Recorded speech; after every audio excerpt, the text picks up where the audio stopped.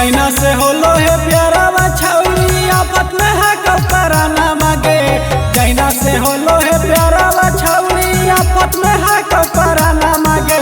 घंटे घंटे खोजा हो छौरी पंचानपुर वाला थाना मांगे। मिनटे मिनटे खोजा हो छौरी टेकारी वाला थाना मांगे। भागे पड़ा हो रतिया जब जब बाजल गाड़ी के सैराना मांगे। भागे पड़ा हो रतिया जब जब बाजल गाड़ी के सैराना मांगे। घंटे घंटे खोजा हो छौरी टेकारी वाला थाना मांगे। मिनटे मिनटे खोजा हो छौरी पंचानपुर वाला थाना मांगे।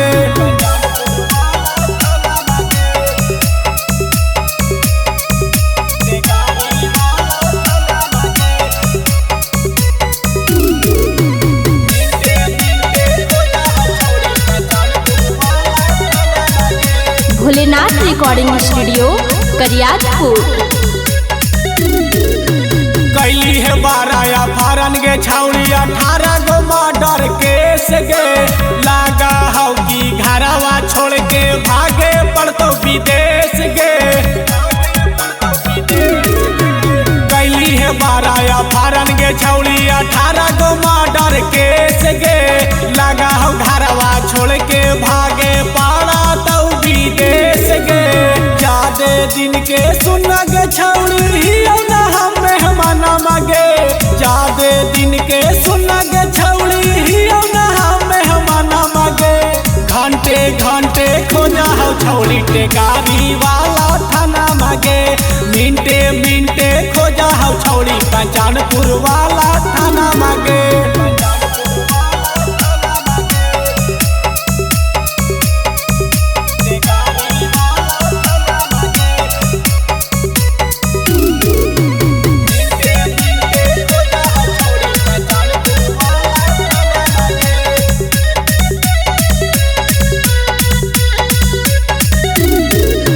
रतिया बिरतिया थाना में छौरी आवा हमार घरवा गे।